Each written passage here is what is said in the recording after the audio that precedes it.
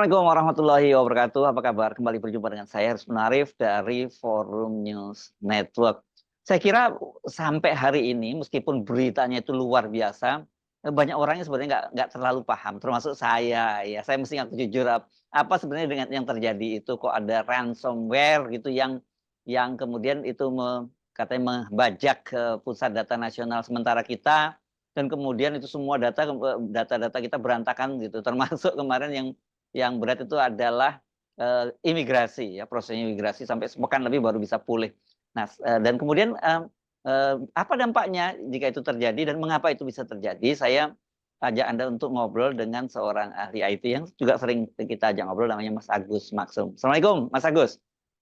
Waalaikumsalam warahmatullahi wabarakatuh. Ayo, Kita selalu ketemu kalau ada masalah. ada masalah. Memang begitu. Dari wajah Anda aja udah kelihatan bermasalah. Mas Agus, coba bantu, tolong jelaskan pada publik sebenarnya apa sih yang terjadi saat ini. Kita tahu bahwa dampak-dampaknya seperti itu, tapi seperti apa sesungguhnya terjadi itu? Iya, jadi gini, Mas Resu, ini untuk bisa memahami dengan cara yang awam ya. Jadi Hmm. sebenarnya pusat data nasional itu Hmm. adalah kumpulan dari server-server yang dimiliki oleh instansi pemerintah. Oke. Jadi Hmm. pemerintah, ya dulu kan pemerintah itu punya layanan digital, Hmm. tapi itu kan dilakukan oleh masing-masing instansi. Masing-masing Dan itu instansi. tumpang tindih, tidak karu-karuan. Itu Hmm. kan kemudian kalah dengan Google. Google itu punya namanya data center. Ya, ya, ya. Seluruh data yang layanan Google, Google itu punya banyak layanan, mulai dari email, mulai dari apa tuh namanya, cloud, Hmm. macam-macam layanan itu Hmm. terintegrasi ke dalam satu layanan dan itu ada di seluruh dunia. Hmm. Hmm. Itu dia terintegrasi, makanya kemudian dia bisa menggunakan single ID, single sign on lah. Kita menggunakan akun Google, email kita untuk Hmm. login ke layanan Google yang lain dan lain-lain. Nah, dia data itu terintegrasi. Hmm. Hmm. Nah, Hmm. dengan data yang terintegrasi itu maka manajemennya jadi mudah. Oke. Tapi tentu saja itu membutuhkan yang namanya data center atau dalam bahasa Indonesia pusat data itu. Hmm. Pusat Hmm. data itu adalah begini, Mas. Kalau dulu kita eh, tahu kalau kita punya layanan online itu Hmm. selalu ada namanya server. Ya. Hmm. Hmm. Nah, lalu server itu dulu bisa kita sewa Hmm. pakai hosting, lalu Ya. kemudian ya ada kemudian yang paling paling tingkatannya paling bagus dulu disebut sebagai dedicated server. Jadi kita punya server sendiri. Nah, Sendiri. gitu, Ya. itu Hmm. top. Hmm. Itu zaman dulu, Mas. Nah, zaman Hmm. sekarang itu zamannya cloud service. Jadi kan Hmm. kemudian Hmm. akhir-akhir ini kan muncul cloud service. Cloud service itu server itu. Nah, ini yang perlu dipahamkan pada umum, tidak lagi bisa mengandalkan server yang dedicated yang biasanya ditempatkan di kantor. Hmm. Itu Hmm. sudah nggak bisa lagi, Mas. Hmm. Kenapa? Karena faktor keamanan. Hmm. Kenapa data itu di era digital menjadi sangat vital? Hmm. Kalau server itu ditempatkan di kantor, misalnya dengan dedicated, maka persoalan pertama adalah persoalan keamanan. Ya. Itu kalau mau mematikan kan berarti oh tahu di kantor itu Hmm. Hmm. dibom aja atau Hmm. di apa itu namanya, kasih bom molotov, Hmm. atau dibakar atau apa, Hmm. itu bisa terjadi dan itu pernah terjadi pada layanan MUI, pernah seperti itu. Hmm. Hmm. Hmm. Ya kan. Hmm. Nah, jadi sekarang yang disebut dengan data center Hmm. itu adalah server, tapi dia diletakkan kepada satu infrastruktur Hmm. yang infrastruktur itu memenuhi syarat keamanan internasional Hmm. yang disebut sebagai tier 4. Nah, ada tier Hmm. 1, tier 2, tier 3, tier 4. Nah, Hmm. level seperti yang dilakukan oleh eh, Pusat Data Nasional itu harusnya sudah berada pada tier 4. Apa itu? Dia ada di satu gedung. Gedung itu harus jauh dari jalan. Gedung itu punya ketebalan apa tembok sekian. Untuk masuk ke gedung itu ada SOP-nya, nggak bisa orang itu masuk ke situ. Untuk masuk ke situ dia harus punya izin dulu, lalu kemudian dia punya barcode untuk masuk. lalu kemudian untuk masuk sampai ke server di mana berada itu 7 lapis pintunya, Mas. Satu, dua, tiga, itu, dan di setiap lapis pintu itu beda-beda penjaganya. Jadi tahap satu di ruang tamu dulu ngobrol-ngobrol, diverifikasi, sampai kemudian verified itu baru sampai kepada server yang disebut sebagai co-location server. Jadi siapapun pemilik server diletakkan di situ, istilahnya kemudian co-location server di data center. Nah, jadi kalau kita bicara data center itu bicara tentang infrastruktur fisik bangunan yang Bangunan. memiliki standar keamanan, di Mm, mana standar keamanan tertinggi sekarang itu disebut sebagai Tier 4. mm, Nah, itu. mm, Nah, itulah yang dibangun. Nah, pembangunan data center itu sudah ada apa namanya best practice-nya atau sudah ada aturan bakunya, Mas. mm, mm, Kayak kalau kita mau main catur itu, mm, saya mau main catur sama orang Rusia udah tahu, nggak usah diajarin lagi mm, bahwa mm, kuda jalannya begini, udah ada aturannya. mm, mm, Begitu juga yang lain-lain, ini udah kesepakatan internasional untuk security itu ada standarisasinya. Kalau mau membangun sebuah data center dengan tier 4 itu begitu disebut data center membangun tier 4 ya udah langsung misalnya siapa yang ditugasi pasti punya kualifikasi dan kemampuan pemahaman yang sama. mm, mm, mm, mm. Nah, Oke. apa itu? Nah, ini yang kemudian bisa kita pahami bahwa kemudian apa yang terjadi dalam pusat data nasional itu tidak memenuhi ini standar standar apa namanya standar ini. Apa itu? Jadi, Mas, ketika kita membangun data center itu asumsi awalnya adalah apabila data center itu terkena gempa dan Mm, hancur mm, atau terendam banjir dan hancur. Jadi hancur ini bukan hanya sekedar datanya, fisiknya hancur. mm, Maka otomatis data itu masih bisa diselamatkan, bukan hanya selamatkan, bahkan tidak terpengaruh oleh pengaruh gempa itu. Nah, ya, ya. misalnya apa? Jadi itu ada namanya yang ada di pusat data yang pertama itu disebut sebagai hot server. Nah, itu yang online, Mas. Jadi yang sekarang sedang berjalan itu namanya hot server. Lalu kemudian itu kemudian harus ada namanya WAM server atau server mirroring, membackup data. Jadi data yang terjadi di hot server yang sedang online itu otomatis langsung ada istilahnya mirroring. Mirroring itu cermin, Mas. Cermin yang kemudian sama persis seperti yang ada di data ini, dia otomatis terbackup di WAM server. WAM server itu jaraknya minimal 50 km dari hot server. Katakanlah kalau dia ada di Jakarta, mungkin di Bogor, atau mungkin di Surabaya atau di tempat lain. Nah, jadi ketika kemudian terjadi bencana seperti misalnya gempa bumi hancur, banjir hancur, atau juga dihack dan kemudian di lock, dikunci, ya kan? Maka kemudian yang server WAM itu apa server cadangan itu otomatis dia nyala Mm, mm, mm, dan otomatis pasti punya backup. Otomatis itu sudah menjadi standar, ada backupnya. mm, Dan apabila planning yang kedua kejadian buruk kedua di tempat Bogor atau tempat itu mm, juga mengalami banjir atau mengalami hal yang sama, maka ada data yang ketiga namanya cold server. Itu mm, juga sama isinya persis, mm, persis seperti yang di hot server, ada yang di warm server, dan itu ada yang di cold server itu. Nah, itu bisa dinyalakan mm, mm. kembali dengan cepat. Oke, Nah, oke. sekarang yang terjadi sekarang ini berarti standar itu nggak terpenuhi. Ya, ya. Enggak, tadi Anda kan baru ngomong soal fisik-fisiknya. Tapi kan ini hack ini tidak melalui fisik kan? Itu kan melalui apa namanya? Melalui jaringan kan gitu kan? Nah, oke, tadi sebenarnya saya berbicara tentang eh, adanya apa tuh namanya penyelamatan data ya, skenario Ya. penyelamatan data itu kan ya Mm, yang mm, saya kira dari beberapa perkembangan terakhir ini aja udah nggak memenuhi. mm, Nah, tentang ransomware mm, itu dia menyerang eh, sistem yang ada di mm, mm, dalam mm, melalui berbagai cara. Nah, sebenarnya pusat data nasional itu dia kenapa disatukan itu sebenarnya adalah ide yang sangat bagus mm, sebagai sebuah kedaulatan digital. di mana kita punya Matra Darat, Laut, Udara, punya TNI AD, TNI AL untuk laut, dan TNI AU. Nah, sekarang kita punya Matra Digital, maka dia membangun sebuah kedaulatan data digital. Di Hmm. situ seharusnya sudah ada namanya TNI Cyber.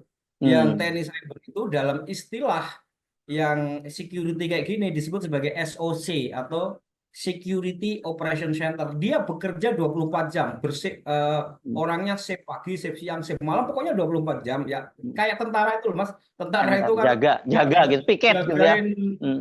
jagain rumah Hmm. monyet itu Hmm. apa? Berdiri, Apa ngejejuk gitu namanya? ya. Sampai kayak gitu. Nah, Ya.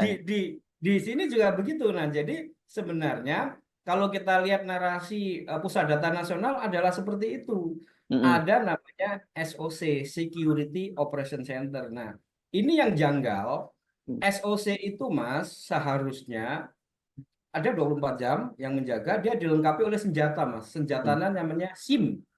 Apa Nah, itu? SIM itu gini, Security Information Management dan Security Event Management. Artinya gini, dia dilengkapi sebuah software. Hmm. Software itu mampu memantau setiap serangan detik Hmm. per detik, Mas.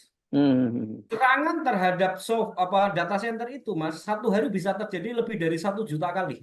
Itu sebenarnya biasa ya, serangan itu ya. Itu biasa, biasa, Biasa. biasa. Hmm. Biasa.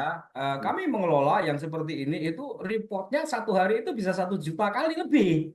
Tapi Hmm. itu nggak mungkin ditangani orang, tapi ditangani oleh senjata yang namanya SIM itu tadi. Jadi Hmm. terus ada serangan. Nah, setiap serangan itu selalu dihalau, dicatat dan dihalau kan gitu oleh Hmm. oleh oleh senjata software itu. Tapi Ya. kalau lolos, maka kemudian SOC tadi itu terdiri dari orang, Pak. Jadi Hmm. Security Operation Center itu terdiri orang yang kita sebut sebagai cyber army itu tadi, atau Hmm. apa ya, uh, tentara penjaga keamanan cyber. Nah, gitu. Yes. Hmm. Nah, Hmm. dialah kemudian segera memiliki software yang lebih canggih lagi, SIM lagi untuk menyerang itu, dan ini terdiri dari orang-orang yang punya keahlian khusus. Ya, Hmm. misalnya kalau di tentara itu kan ada pasukan yang pasukan berkuda, pasukan Hmm. infanteri, pasukan Hmm. kavaleri. Ini Hmm. juga sama. Orang Hmm. orang di Security Operation Center itu punya keahlian yang berbeda-beda. Ya, ya, ya. Semuanya lengkap dan bekerja 24 jam. Hmm. Nah, Ya, oke. jadi apa yang paling fatal? Yang paling fatal adalah katakanlah udah ini semua tentara tentara cyber army SOC itu kalah, Hmm. maka yang paling mungkin dilakukan adalah kemudian mematikan sistem yang Ya. Hmm. hot Hmm.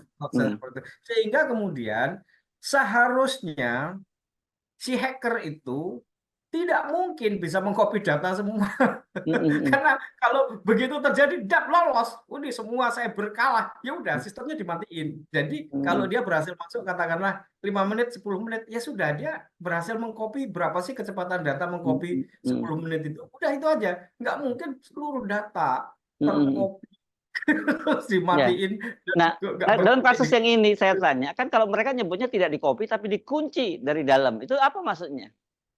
Iya, jadi sebenarnya ada dua ini apa tuh namanya ransomware Hmm. yang sekarang menyerang ini memang memiliki dua ekstorsi ganda istilahnya. Jadi dia itu mengcopy dulu, udah lengkap baru dikunci. Nah, setelah itu kemudian dia bilang, oke, begitu dikunci, Mas, ya sudah sistem kan mati. Tapi prosesnya Maka lama dong kemudian, ya kalau mereka mengcopy dulu tuh ya harusnya ya. nah ini kan yang terjadi begitu. Hmm. Berarti proses mengcopy dengan data yang sekian itu kan berarti ya berlangsungnya kan berjam-jam, Mas. Hmm. Dan Hmm. bahkan mungkin ya semalaman atau bahkan Hmm. mungkin lebih Hmm. lama lah. Hmm. Sekarang kecepatan internet dengan data yang sedemikian banyak nasional Hmm. seperti itu. Hmm. Misalnya kayak data Dukcapil aja itu kan ratusan juta data, itu Hmm. ngopi kan juga nggak sebentar, apalagi ini ya Hmm. banyak instansi. Nah, jadi kan dugaan saya loh, lah terus fungsi tadi kan sudah saya bilang itu Hmm. kan sudah standar kalau membuat security itu pasti ada seperti yang saya ceritakan itu. Hmm. Berarti ini kan leluasa sekali, Hmm. Hmm. leluasa sekali. Dia mengcopy data lengkap, setelah data lengkap dia kunci. Hmm. Hmm. Lalu kemudian kita tahu, saya juga bertanya-tanya waktu itu, ini gimana? Tapi setelah kemudian mengikuti konferensi pers, mengikuti mereka ditanya di DPR, baru Hmm. ketahuan loh nggak ada backupnya. Nah, berarti kemudian data itu bisa diambil semua. Loh, Hmm. ini berarti memang nggak punya kualifikasi atau begini. Yang jelas dia tidak, PDN ini jelas tidak didesain, disetting sesuai dengan standar. Ya seperti kemarin-kemarin Mas KPU itu Hmm. ono Hmm. standar security yang kita sebut Hmm. ISO Hmm. 27001 ini juga sama. Jadi bahkan saya menduga ketika kejadiannya separah ini Hmm. dia leluasa sekali. Itu ada modus yang paling umum itu Hmm. namanya initial access broker. Jadi ada orang dalam yang terlibat. Oke, itu baru saya mau Ya, tanyakan, itu makanya paling itu. mungkin itu, paling Ya, ya. mungkin Hmm. karena juga dalam eh, dalam dalam apa tuh namanya serangan cyber itu selalu 80% itu keberhasilan serangan itu adalah orang dalam yang kemudian berhasil dilobi, disogok, Hmm. dikasih wanita paling sering gitu. Oh, oh, jadi ini kemungkinan semacam itu ya, karena kan kalau menggunakan logika Anda tadi, ketika mereka sedang mengcopy itu yang berjam-jam itu kan harusnya cyber tadi pasukan cyber, pasukan pengamanan itu tadi mereka bisa bertindak kan begitu harusnya ya, Mas Ya, Agus ya. Ya, ya, ya, ya. jadi kalau dia hacker, Hmm. artinya adalah intruder, orang dari Hmm. luar masuk, maka dia terpantau oleh Hmm. SIEM, Ya, ya, ya.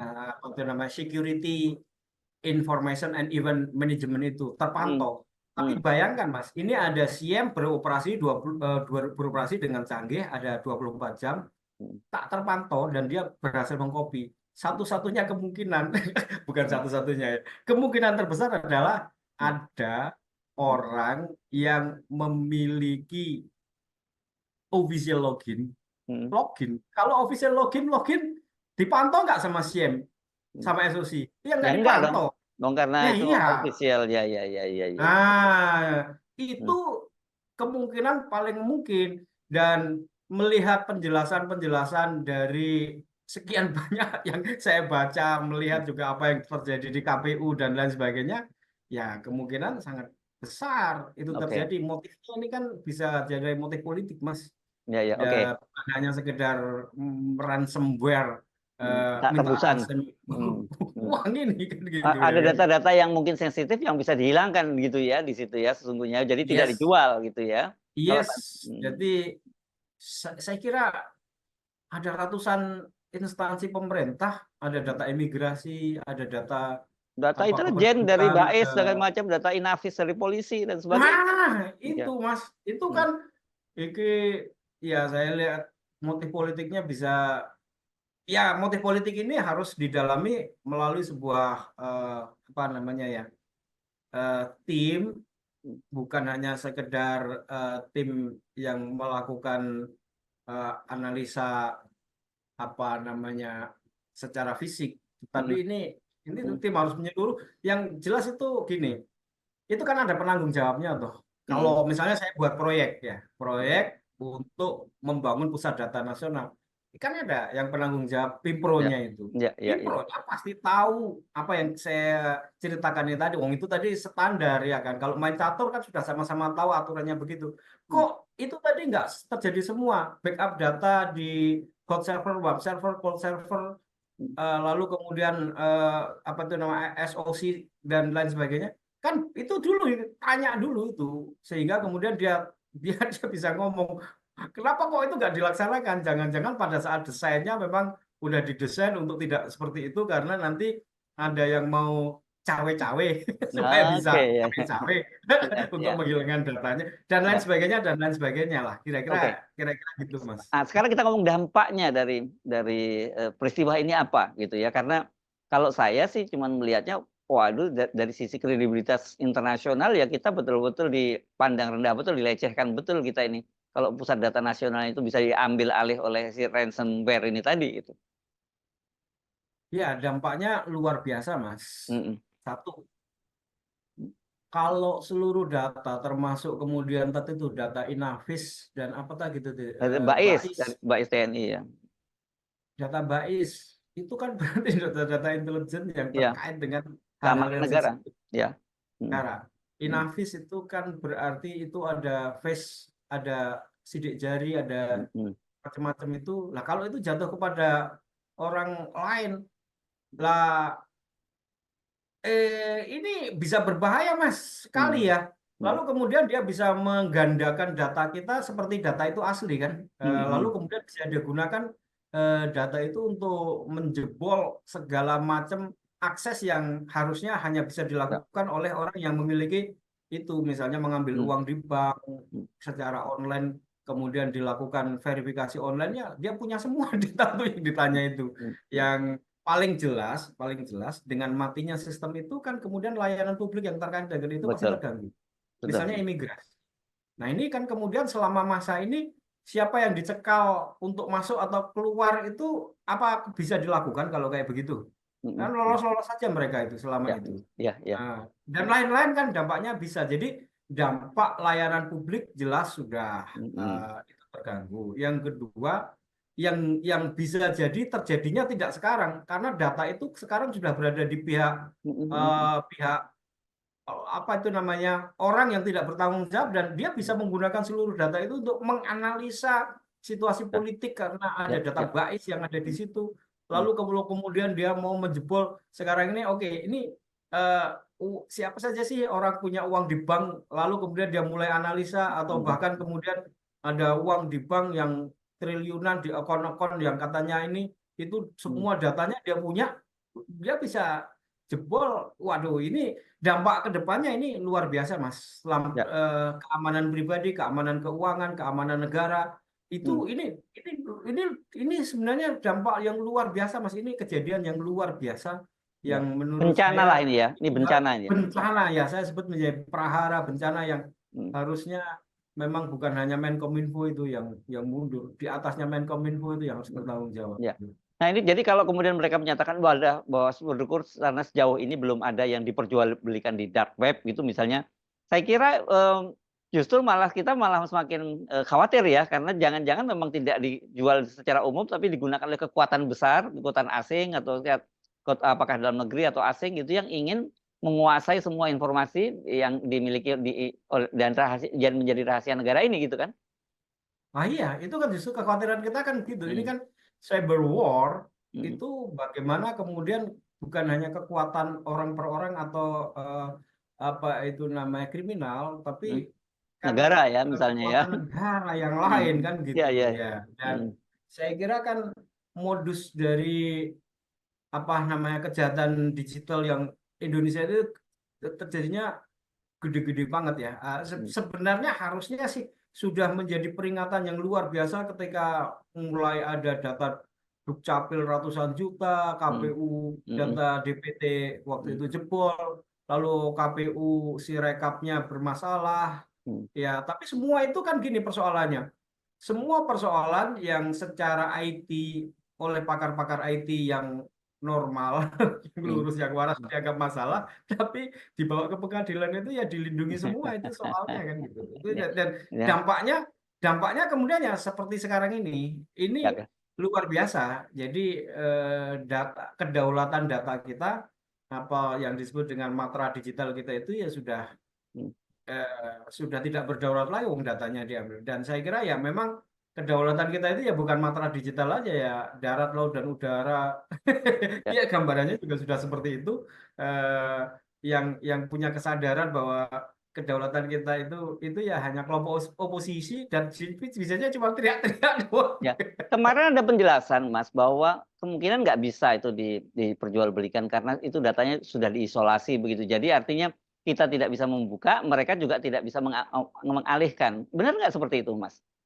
Kalau dilihat dari penjelasan yang ada, itu dia melakukan namanya ekstorsi ganda, Mas. Apa itu namanya? Ekstorsi ganda itu sebelum encrypt, Mm-mm. di encrypt, itu dia Mulai. copy dulu. Dia pegang kopinya kan. Nah, dia pegang Ah, kopinya. Lalu mm-mm. ini di encrypt. Di encryptnya pun dengan menggunakan kripto, Mas. Nah, jadi ini Mm. kunci kripto itu kunci yang sangat rapat. Hanya bisa kalau memang dikasih kuncinya sama si pembuat Mm. cara penguncian dengan kripto itu, Mm. kriptografi. Ini kan dia Mm. nguncinya pakai kriptografi. Mm. Nah, jadi kemungkinannya bahayanya adalah data yang sudah dia copy, dia pegang. Dia Mm. bisa nanti analisa itu, dan dia bisa mendapatkan gambaran ini data apa saja, dan dia bisa jual kepada orang-orang secara kecengan, artinya data Inavis, sidik jari, kamu mau cari Hmm. sidik jari orang, Hmm. nih Hmm. kamu mau cari data tentang, ya kalau BAIS itu data-data yang terkait dengan intelijen, data-data Hmm. terkait Hmm. dengan negara, Hmm. itu bisa aja nanti dijual ketengan gitu. Hmm. Dan dampaknya bukan sekarang, Mas, mungkin Jangka panjang ya. ah nggak panjang-panjang amat ya. Nanti begitu dia udah menyadari dan sudah bisa mempetakan data-data ini digunakan untuk apa, nah serangan ke arah situ, mungkin bank, mungkin serangan, Hmm. oh, macam-macam itu bisa terjadi gitu kan. Jadi harus Eh, waspada ini ya. Ini bahwa Wah, iya, iya. ini Jadi belum ini yang masih jebol awal pusat ini data ya. nasional, ya kan? Yang jebol pusat data nasional ini parah, Mas. Ini jangan dianggap soal-soal digital begini itu kejadiannya di depan mata, langsung bisa Ah, kita lihat. Tapi hmm. kesadaran tentang pusat data ini memang ya mengerikan ini ya, negara Ya, ya. ini Ya, kelola data kok kayak begitu jadi kalau anunya. toh kemarin misalnya seperti layanan imigrasi yang menyatakan bahwa mereka sudah bisa dipulihkan itu layanan imigrasi, tapi bukan berarti itu aman begitu ya, karena data-datanya itu mungkin saja nanti baru digunakan jangka panjang beberapa waktu yang akan datang gitu ya. Ya, jadi Hmm. tersandera, Mas. Negara ini, kita ini Hmm. tersandera karena data-data kita kan udah dipakai oleh mereka. Jadi, Hmm. dibawa oleh mereka. Hmm. Mereka awalnya, kita kurang tahu. Ini kan harus harus dilakukan penyelidikan secara Ya. Hmm. serius, ya kan? Hmm. Hmm. Siapa lawan dan lainnya. Jangan-jangan sebenarnya kalau lihat modusnya itu kan bisa terjadi itu tadi, modus initial access broker itu sangat mungkin terjadi. Ya, ya, Karena ya. kalau, iya kan, ya Hmm. itu. Jadi tidak kan tadinya disebutkan bahwa yang bisa di backup itu yang punya backup cuma 2%. Yang sisanya itu ya di input ulang begitu ya. Artinya kalau toh berhasil menginput ulang walaupun itu prosesnya panjang, tapi bukan berarti datanya aman. Itu ya yang jadi persoalan ya. Nginput ulang itu gimana ceritanya? Kalau Ya. misalnya data imigrasi itu kan merekam data kejadian Hmm. yang terjadi kan, yang Hmm. terjadi misalnya, oke, ini siapa masuk, siapa keluar, itu kan diinput dan ada di hot server Hmm. itu tadi, yang harusnya kan sudah ter terrecord di WAM server atau di Hmm. mirroring dan di code itu. Lah kalau itu nggak ada, nggak Hmm. bisa diinput ulang, ya hilang berarti, Iya, iya iya, kan? iya. Nah, Hmm. adanya kan dibawa oleh si Si bajak pencuri itu itu. tadi. Iya, iya, Ya, oke. jadi eh, makanya nggak bisa direcover kalau kemudian dia tidak memiliki standar backup. Ya, Hmm. di mana Hmm. standar backupnya sudah nggak ada, dan Hmm. kalau punya standar backup mestinya peristiwa kayak begini itu nggak perlu rame. Kenapa? Begitu terjadi Hmm. hacker masuk, tek, Hmm. ya WAM servernya berfungsi, jadi Hmm. pelayanan layanan itu tidak terganggu. Tapi Ya, ya. sampai begini ya berarti memang ya parah keadaannya. Nah, sekarang kalau gitu apa yang bisa dilakukan? Nah, yang bisa dilakukan adalah ini jelas semua yang terlibat di dalam pusat data nasional itu mestinya harus ditindak dulu, diinvestigasi. Lalu Hmm. kemudian dibentuk tim lain Hmm. untuk kemudian menanganinya, kan gitu. Ya, ya. Jadi orang-orang di sini nggak mungkin bisa di ini. Kenapa? Karena kemungkinan terbesar ini sudah terjadi penyelewengan sejak desain, sehingga kemudian Ah. sampai terjadi. Ya, Hmm. desainnya udah pasti salah. Di Hmm. mana begitu terjadi gangguan, lalu kemudian nggak punya backup data, lalu sudah Ini menyatakan dengan terbuka. kalau menjawab kalau soal bangunan tuh kayak speknya di anu ya dikurangi gitu ya, Mas ya. Iya, ya, jadi speknya dikurangi dan Hmm. kemudian pintu-pintunya malah dibuatkan Hmm. pintu-pintu rahasia yang Hmm. orang, kemudian pintu rahasianya itu Hmm. diberikan pada orang, ya, Oh. macam-macam lah. Seharusnya ya udah intinya ini parahnya itu sudah luar biasa. Jadi seluruh orang yang terlibat ini harus ditangkap, dibekukan dulu, jebret. Hmm. Lalu Hmm. kemudian harus di eh, tim yang lain yang kemudian apa tuh namanya, hmm, memulihkan dulu dengan keadaan yang baru gitu ya. Nah, ada pernyataan kemarin Pak Jokowi, tim BPKP diminta untuk mengaudit tata kelola. Itu kira-kira itu apa maksudnya, Mas Agus? BPKP kan cuma soal keuangan ya, bisa aja Oh, iya, tata iya, iya. kelola ya. Hmm. Soal keuangan itu bisa jadi, bisa sangat mungkin bisa Tapi saya yakin kalau cuman BPKP nggak akan mampu. Ini nggak mungkin dilakukan oleh lembaga-lembaga yang organik. Ini harus dibentuk sebuah lembaga yang super body yang kemudian bisa melakukan ini. Kenapa? Ya. Karena itu kan 2,7 triliun ya Hmm. proyek itu. Itu besar sekali untuk untuk membuat data center yang semacam itu sebenarnya cukup memadai. Tapi bisa jadi dikurangi itu, Hmm. desainnya dikurangi ini, dikurangi itu, Nah, bisa bisa itu juga BPKP bisa dideteksi ya, dari itu BPKP bisa ya, melakukan audit itu, tapi untuk bisa juga menuntun, dideteksi dari ya, betul ya, keuangan. Tapi ya. saya kok nggak yakin kalau cara mendeteksinya dengan lembaga organik. Ya, ya, ya, ya. Iya kan? Oke, Ini panjang ceritanya kalau yes, lembaga oke, organiknya, ya, ya, ya, inisial akses brokernya itu ya. udah ada di mana-mana. Oke, ini tapi setidaknya buat orang awam seperti saya ini lumayan lah. Saya mulai bisa memahami apa sih sesungguhnya kegawatan. Saya pikir tadinya begitu bisa dipulihkan ya udahlah selesailah gitu misalnya. Tapi ternyata jauh lebih serius karena dengan data-data di tangan orang lain itu kita tidak tahu apa yang terjadi di masa depan begitu ya. Iya, dan Mm-mm. orang lain itu kan bisa siapa itu? Nah, Ya, kalau negara mm-mm. dan Betul, betul, betul. memegang data negara kita, Mm. lalu kemudian atau orang jahatnya itu bisa juga menjual ke negara yang lain yang punya Ya, kepentingan pada kita, ya kan? ya, ya, ya, ya, ya. Saya Itu luar membayangkan kok biasa kayak sebenarnya. film-film James Bond begitu dulu yang ada. Wah, iya, Ya, iya, iya, ada iya. orang Iya, jahat, tokoh makanya, besar jahat gitu yang menguasai semua ya, sumber informasi di suatu negara dan dia mengambil alih negara itu kan bisa begitu kan jadinya iya, ya. Hmm. iya, yang Hmm. yang paling simpel di Pilpres itu mengambil alih siapa yang menang dialihkan kemana dengan data Ya, digital. Nah, itu ya. Hmm. sebenarnya sudah berulang-ulang, tapi hal yang kayak begini itu seperti tidak terjadi, dilindungi oleh hukum, ya akhirnya hal yang fatal-fatal seperti ini Ya. akan terus berlanjut kalau memang begini kan gitu. Yes, oke. Baik, Mas Agus Muslim, saya kira memang nggak cukup hanya perbincangan di sini ya kita, tapi ini sebenarnya saya cuma pengen mencoba untuk memahami dari sisi kacamata orang awam seperti saya. Ya, Minimal dapat gambaran betapa ya, seriusnya kasus ini ya, tidak bisa hanya ya, serius dibuat sekali. jadi ledek-ledekan di media sosial, jadikan meme gitu, nggak sesederhana itu. Ini jauh lebih serius dari itu gitu ya. Ya, Sangat serius. oke. Terima kasih Mas Agus Ya, Muslim. Assalamualaikum warahmatullahi wabarakatuh. Waalaikumsalam warahmatullahi wabarakatuh.